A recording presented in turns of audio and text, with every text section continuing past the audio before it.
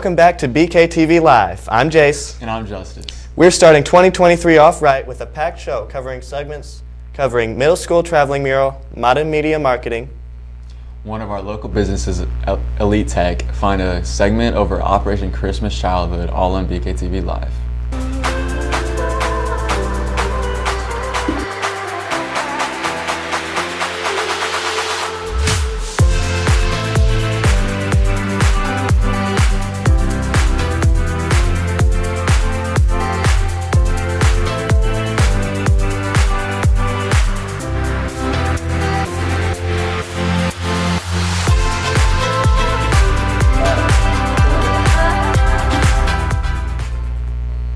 Back in December, students at Farmington Middle School sent pieces of a mural to 10 different schools. This mural went across the country. Jared Barnes and Jack Toney give us more information. Farmington Middle School created a mural that will travel around the U.S. The students create it, and then segments of the mural go to 9 other schools. Miss Dillon gives more insight on the mural. This mural is to kind of help communities come together, I guess, just in a fun way. There are about 150 school districts across the country, and they're all doing this project. We're in a group of 10 different schools, and the purpose, I guess, really is just to get schools to get to connect to one another. Our mural will, once we're all finished, be divided up into 10 different pieces, and then we'll send out 9 of our pieces to other school districts, and then other school districts also send us 9 of their 10 pieces. And along with it, there's a little slideshow where each school district talks about their community and talks about their purpose for the mural or their theme. And then they also send a written letter as well that talks a little bit about where they live and some of the things that they're doing with their mural. The theme of our mural is, what do you want to tell the world about your generation? And students came up with lots of things that they want to say. We tried to focus it specifically on what positive things do you want the world to know about you. Also, another reason that we chose the theme, what do you want to tell the future generation about yourselves as young people, is because our city, Farmington, the motto is tradition and progress. And so in our slideshow and in our explanation, we say a little bit about the traditions of Farmington, and so we wanted our mural then to focus more on the future aspects of that and the progress side of the motto and what we want to envision going forward. This mural, the impact on the students themselves here has been pretty fun, because I've had kids of all different kinds of groups, I guess, or interests all around the mural at the same time. So kids that maybe don't normally interact together might actually be sitting next to each other for maybe the first time in the school year and actually get to talk to each other a little bit, as well as they draw and color on some of the pieces. There are several other schools that are involved in this program. There are schools, for our mural in particular, there's a couple of schools in New York. There's a school in Indiana, there's a school in Florida, there's one in Georgia, there's one in Iowa, and there's one in Kansas as well. And there's one up along one of the Great Lakes. I believe they're in Wisconsin or Michigan. We should be able to finish the mural up this week, so we'll send out the mural this Friday afternoon, and it will go to the other schools. We use good old snail mail because we're breaking it up into little pieces, and we'll send it out to everybody. They should have it then, I suppose, within a week. I'm Jared Barnes, reporting for BKTV Live. Thanks, Jack and Jared, for this unique opportunity for middle school students. This is the second year of the incubator program at FHS. Michael Capias, Alex Coomer, Taylor Mathieson, and Annabelle Devoto have formed a company, Modern Media Marketing. This company provides affordable Incubator is a nationwide program where students with an idea for a business can have a chance at building up a company from the ground up. Modern Media Marketing is one of those companies. Modern Media Marketing is a small student-run business that focuses on providing media, advertising for social media specifically to local businesses. We have a big need for small businesses to have someone to produce video content for them. Video is king right now, and not everyone knows how to create a video. So especially for our small businesses, having someone that they can reach out to at a reasonable price I think is huge for our area. I'm the CEO of Modern Media Marketing. I work with Taylor Mathieson, who is our CFO, Alex Coomer, who's our COO, and Annabelle Devoto, who is our CMO. I just want to provide like our local businesses with an opportunity to have high quality advertising like a bigger business such as Kohl's. It's very difficult for smaller businesses to afford advertising, and a lot of business owners are older people who may not know how to target their audience on social media. So we're very good at helping them get to reaching who they want to reach. They've done their research. I know that they have the skills needed, which that's going to lend to their confidence because they know how to do what they're offering to do. And it's not new territory for many in the group, so I'm confident in their abilities. Just having someone with that expertise that does a variety of different marketing mediums, whether it's just graphics, it's video, anything to help these smaller businesses thrive and meet their goals, I think is really important. I think we can really help around St. Francis County by just getting the word out, which will then drive up more business for local businesses and helping our general economy prosper. Modern Media Marketing is a collective of hard-working individuals with a passion for helping small businesses by providing affordable advertising. This has been Alton Medlin and Grace Yates reporting for BKTV. Thank you, Alton and Grace. Modern Media Marketing has a promising future. Remember to follow them on Facebook and Instagram. Now we move on to our real-world news segment, Stuff That Matters. Our first story of the week concerns the U.S. House of Representatives. At the start of every 2 years in January, the House meets to swear in members and elect a speaker. This has been for the past 100 years a fairly painless and simple process. With the start of the 18th Congress came a slim Republican majority, with several members vowing to not elect Kevin McCarthy as Speaker. This group of 10 to 20 representatives held up the election of speaking for an astonishing 15 votes. This is the most votes it has taken to not elect a speaker in well over 100 years, and speaks to how this Congress may run. With more fights and dysfunctionality ahead, we may not see a lot of legislating from this Congress. Our second story concerns Alzheimer's disease, a disease that far too many people are familiar with that affects memory and can change the way that our older family members act and think. There is hope, however, as pharmaceutical companies Biogen and Eisai have created a medication that shows promising results in slowing the disease. The medication has just received the first approval from the DEA, but hopes to provide the medication to the general public after testing has been completed. It's certainly not a cure, but it's promising and can help bring hope to those with loved ones who struggle from this awful disease. In more news related to the U.S. House, Representative George Santos from New York, who was elected in November, has been in hot water recently following the news that most of his resume is false. It has been shown that Rep. Santos knowingly lied to the voters about topics ranging from where he went to college, his past employment, religious affiliation, and even when his mother died. Many are calling for his resignation, and the district attorney in his district is opening an investigation. Earlier this week, Brazil rocked the world with news that their right-wing political party had begun rioting at the Capitol building and had also stormed inside, drawing parallels and similarities to the attack on the U.S. Capitol building only 2 years ago. Protesters forced their way into the building and took over control of the chamber of their legislature. This is in response to Bolsonaro, the former right-wing leader's loss in the election to progressive Lula da Silva.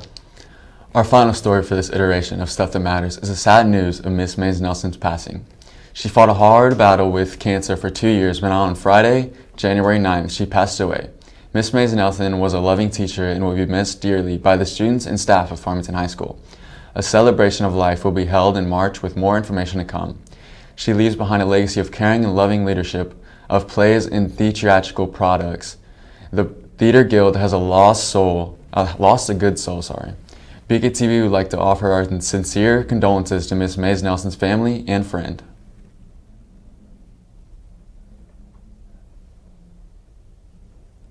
Hey Justice, have you ever been interested in computer repairing or network for businesses? Jace, what does that involve?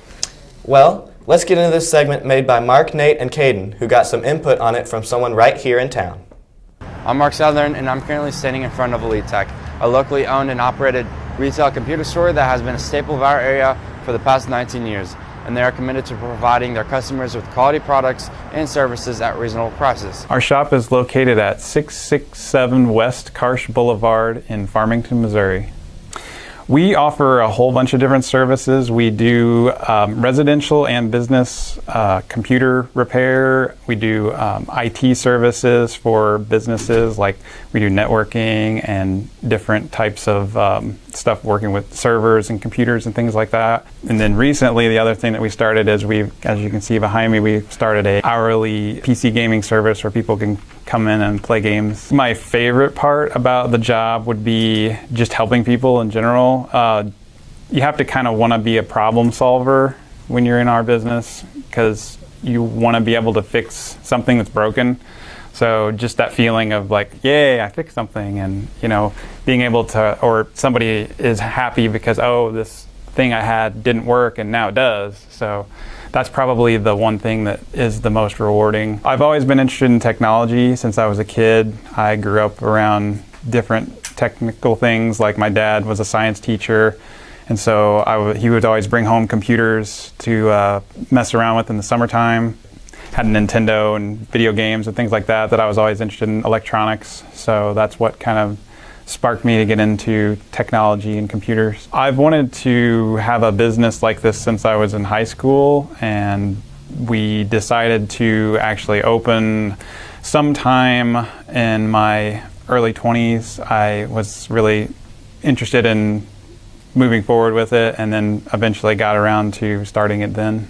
The main challenge that we face is just technology in general.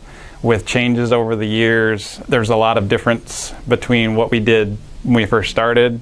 People used different types of devices then versus what they do now. That's one of the biggest things that's changed. The other issue is obviously things like finding reliable employees that can handle the technical stuff that we have to deal with all the time. That's always, an issue. Starting any business, the main thing I would recommend is lots of research. I would definitely talk with other people that are doing a business like what you're wanting to do, so that you can see what they've gone through to get their experiences and things they've learned over the years. If that's possible, if there's a business like that in your area. Thank you, Scott Peeler. This is Mark Southern signing out for BKTV. Thank you, Mark, Nate, and Caden, and a very special thank you to the man, the myth, the legend, Scott Peeler. Every year around Thanksgiving, Samaritan's Purse runs Operation Christmas Child, OCC, or simply known as the Shoebox Ministry. OCC is a collection event where families pack shoeboxes with small clothing items, personal care items, crafts and activities, and toys. While this is called Operation Christmas Child, these shoeboxes are delivered year-round. These boxes are then taken to local churches to begin the process to reach children all around the world. First Baptist Farmington has been a drop-off location for the last 9 years. Libby Abel and Dayton Kinnan have the story. Hi, I'm Libby Abel. And I'm Dayton Kinnan, reporting live in front of First Baptist Church in Farmington, Missouri for BKTV. Since 1993, Operation Christmas Child has been packing shoeboxes, which has now reached over 198 million children in over 170 countries. His goal was to pack the 200 millionth shoebox. A shoebox begins in the heart of people, and they want to pack a box and send joy to a child. And so they themselves will pack the box, and there's instructions that we can provide for what goes in and what shouldn't go in. They will bring it to a church, which is the drop-off location, which is what we are. We will start it on its journey. We'll pack it in a carton, get it in a semi, send it to a processing center, and they will actually then complete the process to get it in the hands of a child. First Baptist Church has been a drop-off location since 2014. What we try to do here is meet the people when they drive up, go out, help them unload their shoe boxes. We get an official count because we have to be able to tell Samaritan's Purse how many are coming. And that enables Samaritan's Purse then to work with pastors overseas, and they know how many children they can invite to these events when they hand out the shoe boxes. So keeping numbers is the biggest part of what we do here, and getting it packed and in the trucks and on its way. When a shoebox is received overseas with a child, of course, that child is affected. But just like in our families, they will take it home, and mom and dad hear about it, grandma and grandpa, aunts and uncles, all those other brothers and sisters. They tell us 5 to 7 people are affected by one shoebox to hear the gospel presented. In 2021 alone, more than 10.5 million shoeboxes were collected all over the United States and shipped all around the world. Participate in Operation Christmas Child because it brings hope to boys and girls around the world. You wouldn't think that a small shoebox like this filled with simple gifts would be a big deal, but I promise you it is to a lot of boys and girls. I've traveled to some of the poorest countries in this world and seen kids who have almost nothing. And for them to open up a shoebox that has simple gifts, toys, different things in there, the smile on their face is wonderful. It gives them hope. Not only do they receive these simple gifts, it reminds them that somebody from around the world has taken the time to buy for them, pack for them, but it contains the gift that reminds them that God loves them, and it gives them hope to continue on going through some of the extreme circumstances they face. It tells them that God loves them, we love them. That's why we participate in Operation Christmas Child. The Operation Christmas Child greatly affects the community because lots of people get to come here and participate in it. Not only do people from our own church family come here and pack shoe boxes and help them get to their final location, but people from other churches, just community members come, and it creates a sense of unity. It reminds people what happens when we work together. Just the number of shoe boxes, the hundreds of thousands of shoe boxes that come through this place by the different hands that have participated, it has a great impact on our community, not only here, but then, again, it goes around the world. Our team here in Farmington collected 20,450 shoeboxes in 2021. So I've been part of Operation Christmas Child, I guess, for several years. Our church participates in it, so we collect boxes and we make a big deal about that with specifically our kids too, because I think it's a great ministry for like kids to be involved in. So it's like kids here helping kids all over the world. In the 2023 season, over 20,000 shoeboxes have come through the First Baptist Church in Farmington, Missouri. Some of the boxes have already been delivered to children around the world. And around next Thanksgiving, there will be more donation opportunities. This has been Dayton Kinnan and Libby Abel reporting live for BKTV. I had no idea all that was going on right in our own community every year. Neither did I. Well, that's all we have for this episode, but be sure to tune in for the next BKTV Live.